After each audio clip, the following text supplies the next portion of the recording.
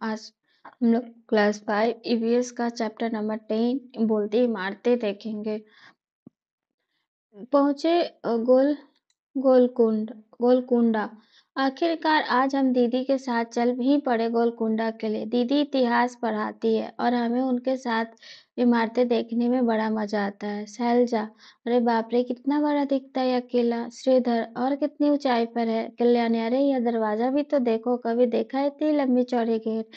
शैलजा, बहुत भारी लगता है, पता नहीं कितने लोग मिलकर खोलते बंद करते होंगे इसे। कल्याणी, गेट पर ये नुकीले लोहे के भाले जैसा क्या दिख रहा है, ये क्यों लगाए गए होंगे। शैलजा, इतनी मोटी मोटी दीवारें भी तो देखो। श्रीधर, कभी इतनी चौड़ी दीवार नहीं देखी। कल्याणी, यह दीवार कहीं कहीं गोलाई में आगे की तरफ निकली हुई है। दीदी, यह बुर्ज है, देखो बुर्ज दीवार से ज्यादा ऊंचे होते हैं। इस किले का बाहर दीवार में 87 बुर्ज है, मोटी दीवार है, चौड़ी लंबा चौड़ी गेट और इतने सारे बुर्ज। सुरक्षा के लिए कितने कड़े इंतजाम है।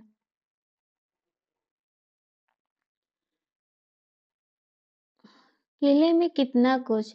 शैलजा, क्या यह किला राजा के ने अपने रहने के लिए मंगवाया है। यह कितना पुराना होगा। कल्याणी, बाहर लिखा था सन 1518 से लेकर 1687 तक यह कुतुब शाही सुल्तानों ने एक के बाद एक राज किया। दीदी, हाँ उससे भी पहले 1200 में यह किला मिट्टी की बना था और यहाँ दूसरे राजाओं का राज था। शैलजा, अरे इस बोर्ड पे किले का नक्शा है। श्रीधर, इस नक्शे में कितने सारे बाग और कारखाने दिख रहे हैं, और देखो किले में के अंदर कई सारे महल भी है। शैलजा, इसका मतलब तो यहाँ पर सुल्तान के अलावा और बहुत से लोग रहते होंगे, किसान और कारखानों में काम करने वाले लोग भी तो रहते होंगे। कल्याणी, तो पूरा शहर ही रहता होगा। सुल्तान का महल। श्रीधर, ये सीढ़ियां खत्म होने का नाम ही नहीं ले रही है। शैलजा, उस जमाने में 2 मंजिला इमारतें थी। कल्याणी, अब तो यह टूटी फूटी हालत में है, लेकिन अंदाजा तो होता है कि हमें कितने बड़े बड़े हॉल और कमरे होंगे। श्रीधर, यहाँ और यह देखो दीवारें पर कितनी बारीक खूबसूरत नक्काशी की गई है। कल्याणी, एक छत पर हमने फव्वारे जैसा भी तो देखा था। दीदी, हाँ इस किले में बड़े बड़े टैंक और फव्वारे थे जिसमें हर समय पानी चलता रहता था। वाह उस जमाने की इंजीनियरिंग। सोचो आज इंजीनियर जब मकान बनाते हैं तो कई जगह सीलन आ जाती है। यहाँ तो छत पर पानी के फव्वारे चलते थे, फिर भी इमारतों में कितनी समझ से बनाई गई थी। सोचो कि 500 साल पहले लोग कैसे रहते थे। दिमाग में कई सारे सवाल आते, जैसे पानी इतनी ऊंची पर कैसे चढ़ता होगा, तुम भी अनुमान लगाओ। हमारे देश में कहाँ है पूरब पश्चिम। जिस जगह पर हो वहां पर सूरज किस तरफ से उगता है, किस तरफ डूबता है, पता करो कि तुम जहाँ खड़े हो वहां से पूर्व दिशा में क्या क्या है, तुम्हारे पश्चिम में क्या क्या है पता करो, तुम्हारे उत्तर में क्या है, दक्षिण में क्या है। तो ये आपको लिखना है। शिक्षक संकेत है। बच्चों को दिशाएं पहचानने में बहुत समय लगता है, वह उत्तर दक्षिण दिशा को पहचानने में अधिकतर गलती कर देते हैं। हम बड़े भी कई बार सोचते हैं उत्तर ऊपर का होता है। कई बार कागज पर भी हम उत्तर ऊपर की ओर लिखते हैं। दी गई गतिविधियों से यह पता अपेक्षा नहीं की जाती। बच्चे पहली बार अपनी समझ बना लेंगे। उत्तर सामने पीछे दाएं बाएं में दे सकते हैं। दिशाओं की अवधारणा के उनके नीचे अनुभवों से जोड़ना जरूरी है। गोलकोंडा किले का नक्शा ये है। यहाँ पे देखिए उत्तर है, पोचम्मा बुर्ज है, इब्राहिम बुर्ज है, बुलंद बंजारा दरवाजा है। इसके साथ में देखिए ये आपका बुर्ज दिया गया। ये हमले क्यों, ये बात कर ही रहे थे कि श्रीधर ने तोप दिखाने के लिए हमें आवाज दी। तोप को देखने की उत्सुकता में हम सब भी तेजी से वहां पहुंचे। शैलजा, यह तोप तो कुतुब शाही सुल्तान की होगी। दीदी, तोप का इस्तेमाल औरंगजेब ने किया था, जानते हो औरंगजेब बादशाह पूरी फौज बंदूकों तोपों के साथ यहाँ हमला करने आई थी, पर वह किले में घुस नहीं पाई। उनकी पूरी सेना 8 महीने तक बैठी रही।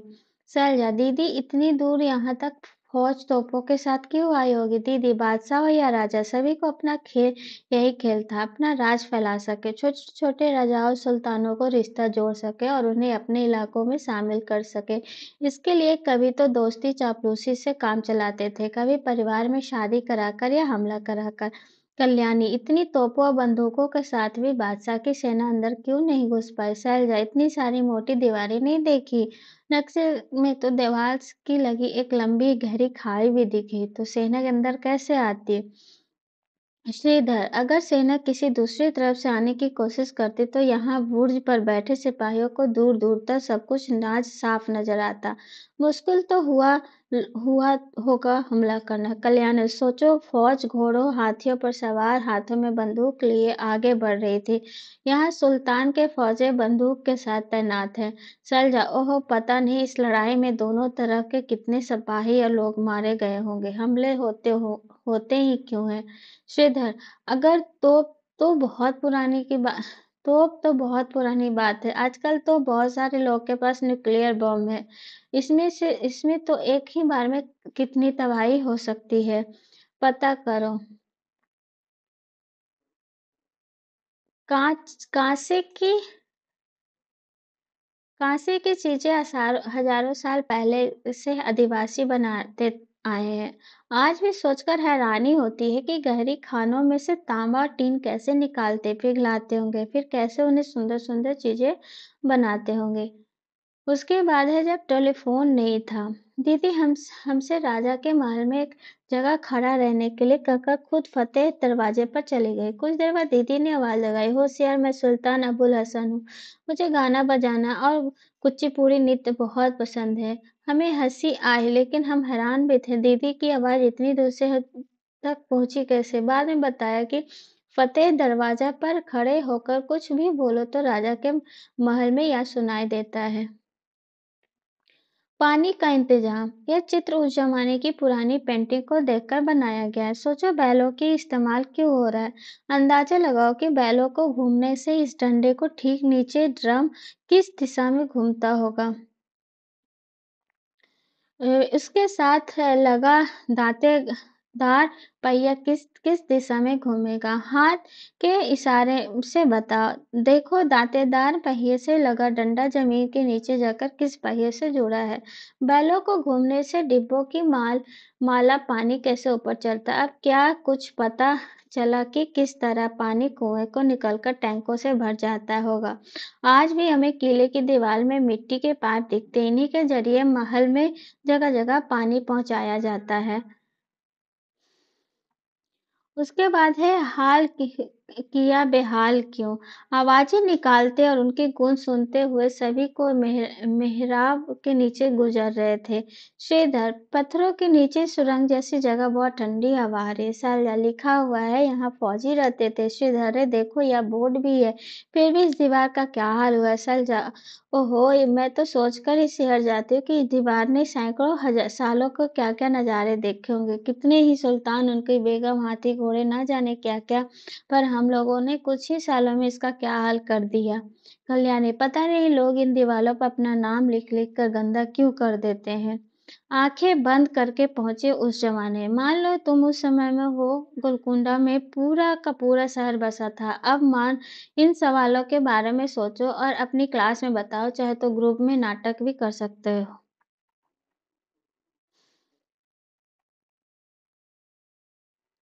म्यूजियम पहुंचे म्यूजियम पहुंचे गोलकोंडा देखकर वापसी में यह बच्चे हैदराबाद के में गए। म्यूजियम में बहुत सारी पुरानी चीजें रखी होती है। इस म्यूजियम में गोलकोंडा किले के आसपास खुदाई के दौरान मिली चीजें भी थी, जैसे बर्तन, औजार, जेवर, हथियार वगैरह। अरे ये बर्तन के टुकड़े भी संभाल कर इस शीशे में अलमारी में क्यों रखा गया है? वह देखो, वह छोटी सी प्लेट कहाँ से की है, वह नीला टुकड़ा तो चीनी मिट्टी का लगता है। दीदी, इन सभी चीजों से पता चलता है उस जमाने में कैसे लोग कैसे रहते थे, किन किन चीजों का इस्तेमाल करते थे और क्या क्या बनाते थे। सोचो, अगर यह सब संभाल कर नहीं रखा जाता तो तुम आज उस जमाने के बारे में इतना कुछ नहीं जान पाते। इसके बाद है लिखो है इमारत है। उसके बाद है तुम भी अपना म्यूजियम बनाओ। रजनी केलकी का रजनी का केरल के मल्लापुरम जिले के एक सरकारी स्कूल में पढ़ाती है। उन्होंने अपनी क्लास के बच्चों के साथ मिलकर अपने और आसपास के बहुत से घरों को पुरानी चीजें जमा की, जैसे पुरानी छड़ियाँ, छतरियाँ, लकड़ी, खड़ाऊ, बर्तन वगैरह। आज उन्होंने आजकल ये सब चीजें जैसे होती है वैसे भी देखा। फिर बच्चों ने और रजनी ने मिलकर एक प्रदर्शनी लगाई जिसे आसपास के लोगों भी देखने आए। तुम भी यह कर सकते हो। चित्र को देखो और बताओ। यह लगभग 500 साल पुरानी पेंटिंग है जिसमें दिखाया गया है कि आगरे का किला किस तरह बनाया जा रहा था। चित्र में लोग कितनी औरतें, कितने मर्द ढलान कैसे ऊपर ले जा रहे, भारी चीजें ढलान पर चढ़नी होती थी, सीधी ऊपर ले जाती है बस। इसके बाद हम क्या समझे, संगीता को लगता है कि म्यूजियम में पुरानी चीजें संभाल कर रखना बेकार है, तो तुम उसे कैसे समझाओगे कि म्यूजियम का होना जरूरी है। तुम्हें क्या लगता है इस पाठ का नाम बोलती इमारतें क्यों रखा गया? क्यों रखा गया? क्योंकि आप इमारत में ऐसी बहुत सारी चीजें जिसे आप देखकर उस जमाने के बारे में आप बता सकते हो। तो ये था आपका